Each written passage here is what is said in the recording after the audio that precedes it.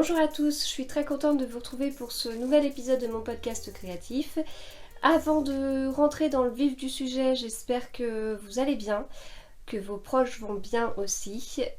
Pour ma part, je voulais vous remercier pour tous les commentaires que vous avez pu me laisser sous les 2 derniers épisodes, parce que vos commentaires m'ont fait beaucoup de bien. Voilà, donc un immense merci, ça fait chaud au cœur. Voilà, pour rappel, ça va faire là, à une journée près 2 semaines que j'ai eu les premiers symptômes du coronavirus. Alors il existe de multiples formes, pour ma part c'est pas une forme grave, mais je traîne depuis des soucis respiratoires, donc je suis très essoufflée et c'est encore le cas. Voilà, donc de la même façon que les 2 épisodes d'avant, on va faire un épisode court avec pareil en fait, donc un projet tricot terminé, un projet tricot en cours, un projet couture fini, un livre terminé et puis une activité enfant. Voilà, donc ce format là ça m'arrange parce que je peux pas parler très longtemps. Parce que je m'essouffle vite après et j'ai pas envie de tester de parler 1 heure et demie sans m'arrêter, hein. Donc on va se contenter d'une demi-heure, c'est très bien. Et en fait je dois avouer que j'aime bien en fait ce format. Et pour l'instant j'ai eu que des retours positifs sur ce format aussi. À voir. Et je pense, on verra comment se poursuit le confinement, etc. Mais c'est un format qui, dans un quotidien classique, pourrait plus me correspondre en fin de compte. Voilà, donc bon, je réfléchis, mais j'aime bien. N'hésitez pas aussi à me dire ce que vous en avez pensé, parce qu'en fait j'ai eu que des retours positifs, mais si vous pensez que c'est pas bien, n'hésitez pas à me le dire en me donnant des arguments, etc. Enfin, ça me permettra d'alimenter ma réflexion. Voilà, du coup c'est parti. Alors, comme aux 2 derniers épisodes, je porte un pull Tétis, mais il n'est pas fait dans le même tissu, donc c'est un pull Tétis d'Anna Rose Pattern qui est une sorte de sweat amélioré.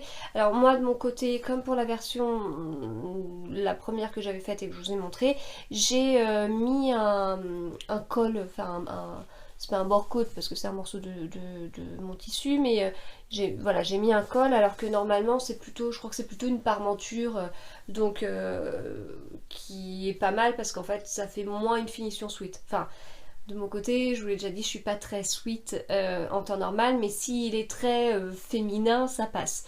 Donc là, en l'occurrence, en bas, je sais pas si je vais réussir à vous montrer le bas.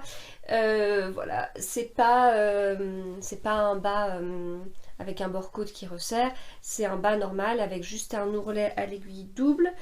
Au niveau des manches, on a ce poignet là. Alors dans le pull Tétis il y a de nombreuses variations, notamment celle-là, et moi c'est ce qui m'a attirée. Donc je trouve justement très féminine, une version très féminine. Voilà, donc il y a juste peut-être le col où ça aurait été peut-être pas mal de faire justement l'histoire de la parmenture, etc. pour encore plus casser le côté sweat tout en ayant le côté hyper confortable, puisque ça se fait dans un tissu extensible, et en l'occurrence je l'ai fait dans un French Terry de Glitzer Puppy. Voilà. Et donc cet imprimé était sorti dans 2 coloris, un comme ça avec les petites fleurs violettes là, et un avec des petites fleurs bleues ou verts, et j'en ai fait une chemise de nuit, ce qui fait que à chaque fois que je regarde mon armoire et que je tombe sur celui-là, je dis mais qu'est-ce qu'elle fait là, ma chemise de nuit? Mais non, ce n'est pas ma chemise de nuit, mais bon, donc très confortable. Voilà, du coup partie tricot. Alors, partie tricot, je commence avec le projet fini qui est le châle Printemps Lyonnais designé par mon amie Alice du Lapin d'Alice. Et je te fais de gros coucou. Et il a été designé en collaboration avec Catherine de Madeleine et Philibert pour fêter en fait la sortie de la base Suri chez Catherine. Voilà, donc c'est un modèle que j'ai eu la chance de tester. Je vous en ai déjà parlé plus en détail dans une vidéo focus, mais j'aime bien vous parler de ce que j'ai fait aussi en podcast. Donc les vidéos focus, elles sont pas systématiques, vous l'avez vu je pense, alors que les épisodes de podcast si, et du coup j'aime bien Enfin normalement, si vous prenez mon tout premier épisode de podcast jusqu'à maintenant, vous avez tout ce que j'ai tricoté depuis, je crois, j'ai commencé en janvier 2017. Voilà, vous avez tout ce que j'ai tricoté, cousu depuis 3 ans, quoi. Voilà, donc c'est un peu mon journal, donc c'est normal que je vous en reparle ici. Si vous voulez plus de détails, vous pouvez aller voir cette fameuse vidéo focus. Voilà, donc c'est un modèle qui devait sortir pour le Knit It à Lyon, qui n'a pas eu lieu aux dates prévues, qui a été reporté par rapport au contexte actuel. Et donc, si vous prenez cet épisode de podcast et les 2 précédents, vous avez les 3 projets que j'ai testés et qui devaient sortir pour le Knit It, justement. Voilà. Donc, alors, Printemps Lyonnais, c'est un châle qui est composé de plusieurs parties. Déjà, on a un bébé châle en forme demi-lune. Voilà, un petit châle de poupée. Sur ce petit châle de poupée, on vient faire une deuxième partie asymétrique pour le coup. Voilà, qui fait une espèce de vague ou de virgule, avec ce motif de dentelle qui est un peu enfin, qu'on retrouve plus tard en fait. Voilà, c'est l'une des caractéristiques de ce châle. Donc, le bébé châle, il était fait en single soie. J'aime beaucoup la single soie, vraiment j'aime beaucoup le toucher de la soie et puis j'aime bien la single au final. Donc cette partie est faite en suri, donc c'est très doux, c'est vraiment très doux. Ensuite, la troisième partie est elle aussi asymétrique et en fait avec la troisième partie asymétrique, on retrouve un châle alors, symétrique au niveau de la forme, pas au niveau de l'intérieur, mais voilà, on se retrouve avec une forme plus classique grâce à cette troisième partie qui est composée déjà d'une petite fantaisie ici et puis de ce jeu de rayures entre la single soie et la suri. J'ai adoré cette partie. J'ai adoré cette partie parce que c'est la suri et la single soie, c'est 2 matières très très agréables à tricoter et du coup alterner, en alternant comme ça un aller-retour, un aller-retour sur 2, j'ai l'impression d'avoir encore plus profité de ces matières en fait. Voilà, on a un aller-retour, alors bon, il y a des rangs raccourcis, hein, mais on a le temps de s'habituer en un aller-retour, j'ai du mal à le dire, en un aller-retour, bon, sur 2 rangs, on a le temps de s'habituer au fil, au toucher, et puis hop, on passe, donc on se dit tiens, c'est la suri, c'est un fil qui est plus fin, c'est doux, c'est un peu, comment dire, un peu poilu comme fil, enfin voilà, donc on s'habitue, puis hop, on tricote comme ça, puis hop, on repasse à la single soie, on se dit tiens, c'est beaucoup plus rond, c'est très doux avec la soie, et voilà, donc c'est assez, c'était une partie que j'ai beaucoup aimée, qui était très rigolote, je trouve. Et ensuite, on a donc la dentelle, le rappel de la dentelle d'ici, mais ce coup-ci avec la single soie. Voilà, donc le rendu est totalement différent. Entre la matière, le fait que ici ce soit un uni, alors que là on a des speckles, franchement c'est assez rigolo en fin de compte, je trouve, de voir cette différence. Et là, la dentelle en suri après blocage, le rendu, mais j'aime beaucoup, beaucoup, beaucoup.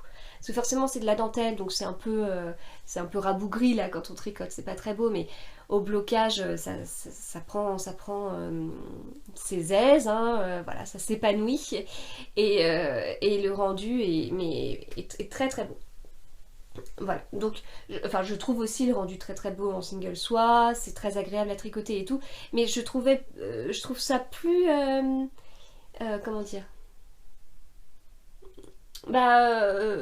par rapport peut-être au rendu avant blocage, je trouve que le rendu avec la suri il me paraît encore plus surprenant, oui, ça s'est encore plus étendu. Enfin, voilà.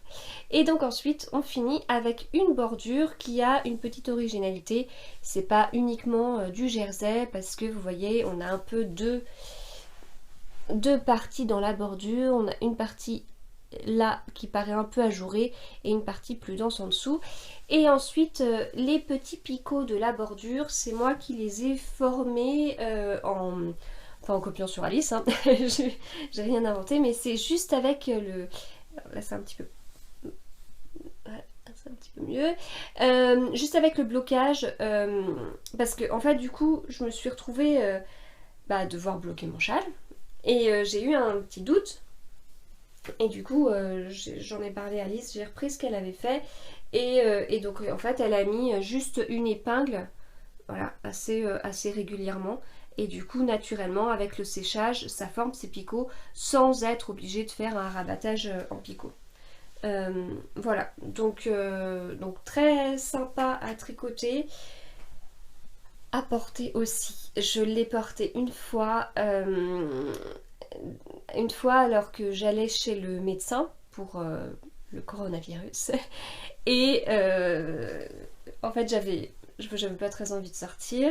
C'était la première fois que je sortais de chez moi, donc c'était un peu bizarre, etc. Et puis du coup l'avoir autour du cou, enfin j'ai vraiment j'ai beaucoup aimé, et dans ce contexte-là, c'était encore plus réconfortant. Voilà, donc très très doux. Donc le châle est offert si vous achetez un kit pour réaliser ce châle chez Catherine de Madeleine et Philibert. Elle a préparé plusieurs kits avec plusieurs coloris, mais il est possible aussi de composer son propre combo, il me semble. Voilà, en tout cas, ça, moi j'ai choisi l'un des combos composé par Catherine, et j'aime beaucoup. Alors on n'est pas sur du ton sur ton, mais franchement ça fait partie, je vais limite le mettre dans mes châles unis parce que c'est beaucoup plus simple à porter qu'un châle, je sais pas, rouge et bleu quoi. Enfin, on reste dans les mêmes tons, donc voilà. Donc j'aime beaucoup. On a été plusieurs testeuses et on a chacune fait des châles dans des combos différents, donc c'est assez sympa de pouvoir voir aussi ce que ça donne. Et je suis désolée, il est un petit peu froissé à certains côtés. Et qu'est-ce que je voulais vous dire d'autre? Oui, du coup le modèle sera disponible, mais plus tard sur Ravelry. Enfin, voilà, donc super beau châle, et les fils vraiment entre les couleurs et la douceur, enfin voilà, vraiment un très très beau modèle. Je passe maintenant au tricot en cours. Alors, tricot en cours, c'est un test pour Nadia Crétin-Lechen. Je vous avais dit dans l'épisode précédent que j'avais fait le test du gilet base que je vous ai présenté, qui était un méga coup de cœur. Et puis j'ai enchaîné avec un autre test pour Nadia parce que pareil, j'ai beaucoup aimé ce qu'elle a montré, enfin les photos du modèle. C'est pas un test secret, du coup je vais vous montrer une partie, mais sans... Enfin, voilà, je vais vous montrer une partie, mais ça reste un détail, et puis je l'ai pas beaucoup avancé, mais je vais pas mal le reprendre là, parce que ce serait dommage d'être en retard dans la deadline. Alors, au niveau de la couleur, au niveau des écheveaux, mais la couleur est tellement belle, je tricote ça, et ça c'est de la Vilaine en base intrépide Fing. Pour une fois j'ai le petit papier. Et la couleur c'est glisser les doigts dans la porte. Je vous en avais parlé, je vous avais dit que j'allais faire un test dans cette couleur là. Voilà. J'avais monté à un moment donné, j'avais besoin d'être réconfortée. Donc voilà, cette couleur est très très belle. C'est la première fois que je tricote de la Vilaine, mais j'en ai d'autres en stock. Et j'avais acheté ces écheveaux au Knit Italian de l'année dernière. Voilà. Donc vraiment très très joli. Alors, au niveau du modèle, bon, j'ai pas fait grand chose.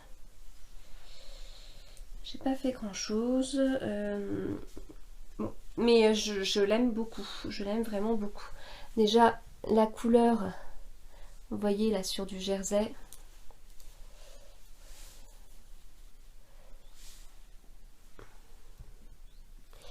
zut, je sais pas comment vous montrer pour pouvoir mettre en valeur la couleur. C'est très très beau, vraiment très très très beau. Toutes les différentes nuances et tout, enfin c'est beau, et puis c'est des nuances mais tout en restant unis, hein. Enfin c'est quand même, on n'est pas sur des speckles de couleurs, de toutes les couleurs, quoi. Alors donc dans ce modèle, il y a une caractéristique, c'est la dentelle. Voilà la dentelle. Elle est très facile à retenir. Et en fait, ça me fait penser au vase où la dentelle est facile à retenir. Il n'y a pas beaucoup de manipulation à faire pour avoir un sacré effet. Et bien là, on est exactement sur la même chose.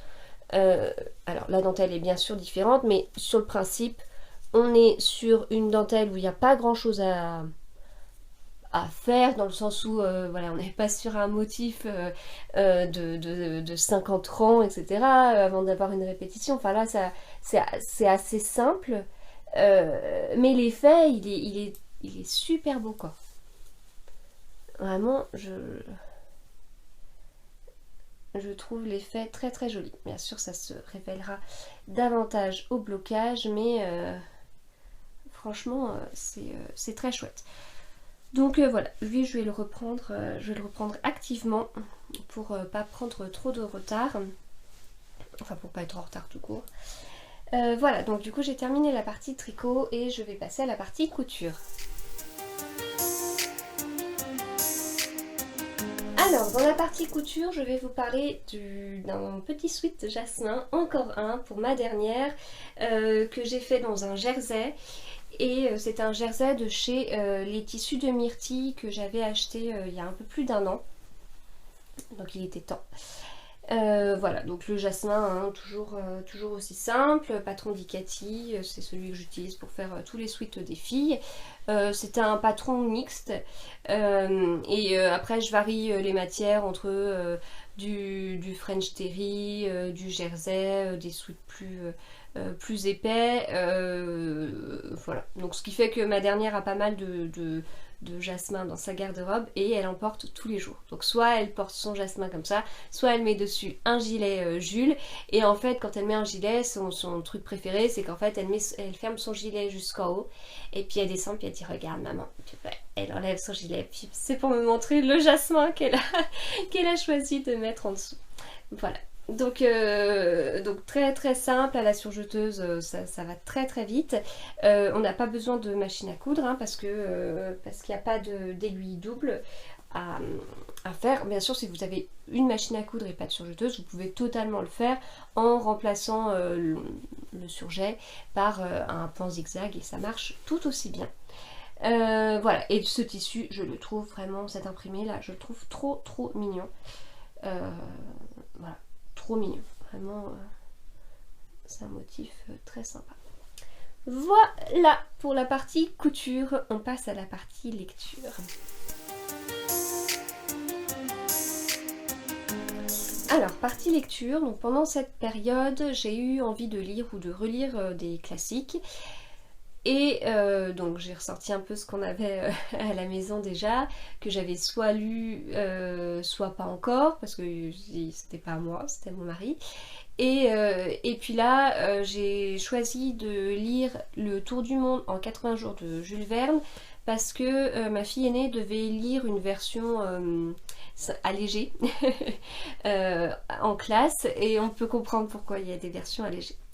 Voilà, donc moi j'avais jamais lu de Jules Verne jusqu'à présent, je m'en étais fait une idée, mais voilà, j'avais envie de me faire mon propre avis.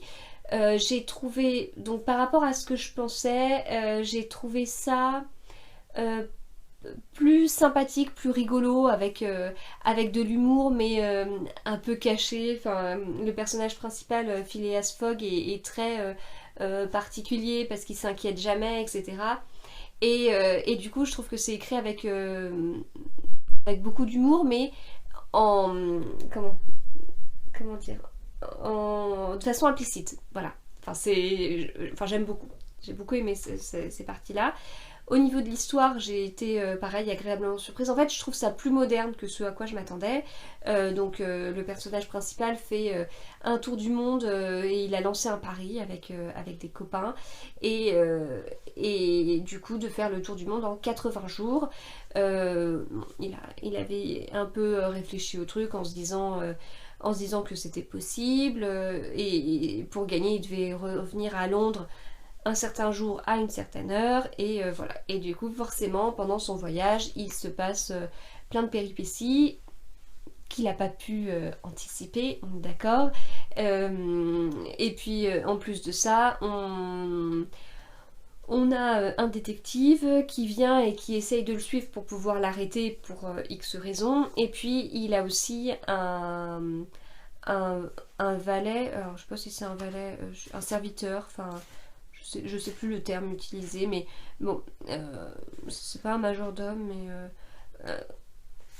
je sais plus, qui vient juste de rentrer à son service et qui, à peine rentré dans son service, c'est tout de suite vu embarqué dans ce fameux tour du monde. Voilà, donc dans le livre, il y a des illustrations, voilà, assez régulièrement. Et puis en fait, à chaque fois, la phrase mise en bas explique à quoi cette illustration fait référence. Donc là, ça fait référence à la nuit 20, Passepartout rentra dans la ville indigène. Et donc, voilà. On a ces illustrations, et c'est des illustrations de l'édition originale. Donc globalement plutôt positif, comme je vous dis, un peu d'humour caché, une histoire assez moderne, rigolote, avec une fin rigolote aussi. Par contre, ce qui m'a un petit peu gênée, c'est que je trouve qu'il y avait quelques longueurs. Alors pour moi, hein, voilà, je ne suis rien pour critiquer des auteurs comme Jules Verne, mais c'est juste que je suis pas une très grande littéraire et je suis quelqu'un qui, plus je vieillis, plus j'aime aller à l'essentiel, et du coup je trouve que là on va un petit peu moins à l'essentiel. Enfin, il y a des parties, en fait il y a des longues parties descriptives, des parties qui décrivent des lieux qu'il a été voir, etc. Moi, je ne connais pas du tout ces lieux, et savoir que à ce moment-là, à cette époque, dans la ville, il y avait à tel endroit, vous savez, dans telle rue, dans telle... Bah non, je sais pas, parce qu'en fait, je connais pas, et du coup, je décroche, en fait. Donc peut-être que la description permet vraiment de se faire une belle représentation du lieu, mais moi, je décroche. Moi, j'aime bien quand dans les pages, il y a pas mal de dialogues, et quand on enchaîne beaucoup de pages sans dialogue, ça me gêne un petit peu. À la limite, si c'est juste écrit il court vite, il a peur d'être attrapé, vite, bon bah là je suis tenue en haleine sans problème, mais là c'est pas ça, c'est à côté de la plante, machin truc, il y avait une petite tache. Ah, c'est pas moi, c'est pas pour moi. Voilà, donc ça j'ai un peu plus de mal. Donc je dis pas que je vais lire d'autres Jules Verne, mais je suis très contente de l'avoir lu, très contente de savoir de quoi ça parle enfin, contente de pouvoir me faire un avis sur l'écriture de Jules Verne, même si ça se trouve dans tous les autres livres qu'il a écrits, il a changé de style, je ne sais pas.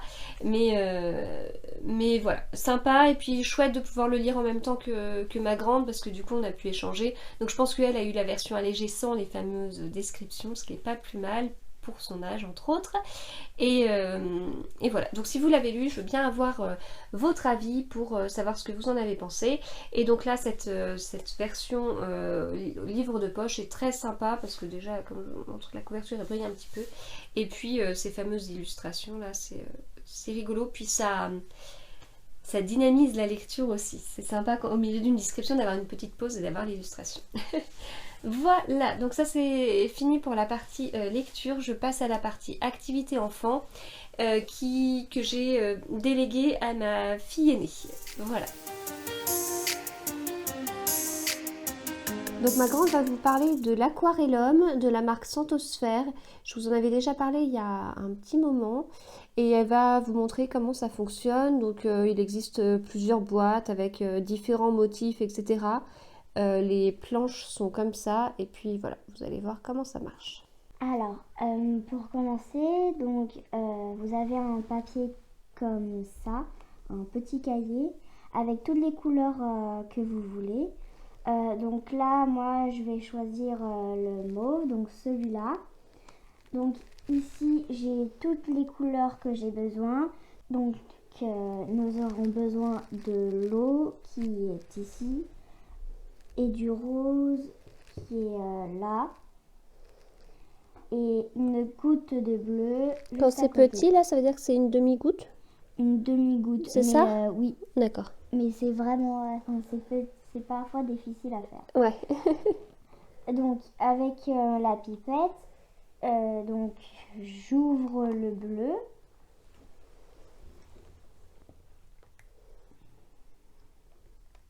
Faut faire attention à pas tout renverser. Parce que... donc, je prends avec la pipette un peu. Je prends un rond ici. Pas les gros parce que c'est là où on met ça. Donc, je fais... Et là, j'essaie de faire une demi-goutte. À chaque fois, ça peut faire genre. Et je prends ensuite, donc je renverse là. Ouais, tu vides le surplus en fait dans le petit pot. Mais voilà. Et puis l'eau, ça te sert pour rincer ta pipette, entre autres. Si j'en ai un peu en trop. Ouais. Donc là, ça va faire beaucoup de bleu parce qu'avant c'était bleu comme ça. Donc ensuite, on va refermer le bouchon pour pas qu'on rentre. Alors après, pour le mauve, il fallait une goutte de rose. Oui, une grosse goutte cette fois-ci. Ouais. C'est bon, tu y arrives? C'était un peu difficile à ouvrir au début, mais là, tu arrives mieux? Oui, parce qu'avant c'était forcé. Oui, ouais. Donc là, du coup, j'en prends un peu. Je le mets donc une goutte normale ici. Ouais. Là où j'avais déjà commencé, je vide ici. Ouais. Et comme j'en ai encore un peu, je reprends l'eau et je vide dedans. Jusqu'à ce qu'elle soit à peu près propre. Donc ensuite, je referme.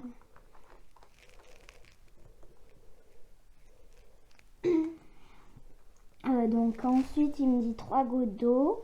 Donc je prends... Ouais, bon, tant pis si elle est un petit peu colorée, hein, c'est pas grave. Donc j'en mets 3 normales. 1, 2 et 3. Ok. Je renverse là. Ouais. Je vide. Donc avec un pinceau fin. Oui. Normalement, le pinceau est prévu dedans, mais... oui, mais on avait un peu trop vide, alors... Il a fallu retrouver un pinceau. Donc, on mélange jusqu'à ce que la couleur soit assez. Ouais. Pour tester, donc là, moi j'ai déjà commencé. Je vais le mettre juste là. Côté en dessous. C'est peut-être un petit peu plus bleu. Oui, c'est parfois ça fait pas totalement les couleurs. C'est peut-être pas évident la demi-goutte là quand même. Parfois ça fait pas toutes les couleurs correctement, mais ça fait quand même une couleur. Ouais. Donc là normalement ça devait être un peu plus moins foncé. Ouais, bon c'est pas grave. Mais c'est pas grave. Puis après, des fois, tu fais tes propres couleurs aussi. On n'est pas obligé de suivre. Tu peux mélanger. On peut mélanger, par exemple, le vert avec du orange et une goutte d'eau ou une demi-goutte de rouge. Il y a plein de possibilités. Oui. Et donc, du coup, la surface qui est un peu jaune, là, c'est une surface qui est effaçable. Donc, si jamais on dépasse, avec juste un petit mouchoir avec de l'eau, on peut réussir à effacer. Voilà. Donc c'est assez pratique, c'est assez facile, c'est à partir de 5 ans et puis c'est très joli. Et à l'arrière,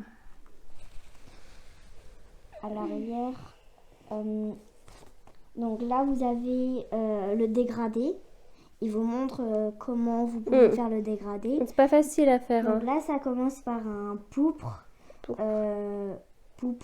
Mais si jamais il n'y a pas dedans, vous prenez du rose, rose comme ça. Du violet, bah s'il y a dedans, vous le prenez. De turquoise, là je pense pas qu'il y avait du turquoise parce que j'ai voulu commencer un dégradé.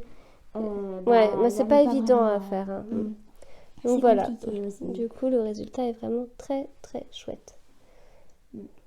Voilà, j'espère que cet épisode vous a plu. N'hésitez pas à me dire ce que vous en avez pensé. Voilà, à me dire si ce format, effectivement, vous vous y habituez plutôt pas mal. Le fait d'avoir des épisodes courts et bien plus souvent. Est-ce qu'au contraire, ça vous ennuie parce que vous aimez bien, vous préférez vous poser pendant plus d'une heure d'affilée avec devant un épisode. Enfin voilà, n'hésitez surtout pas à me dire ce que vous en pensez. Et si vous avez aimé cette vidéo, n'hésitez pas aussi à mettre un petit pouce vers le haut, ça fait toujours plaisir. Et à vous abonner à cette chaîne bien évidemment. Je vous remercie et je vous dis à très bientôt.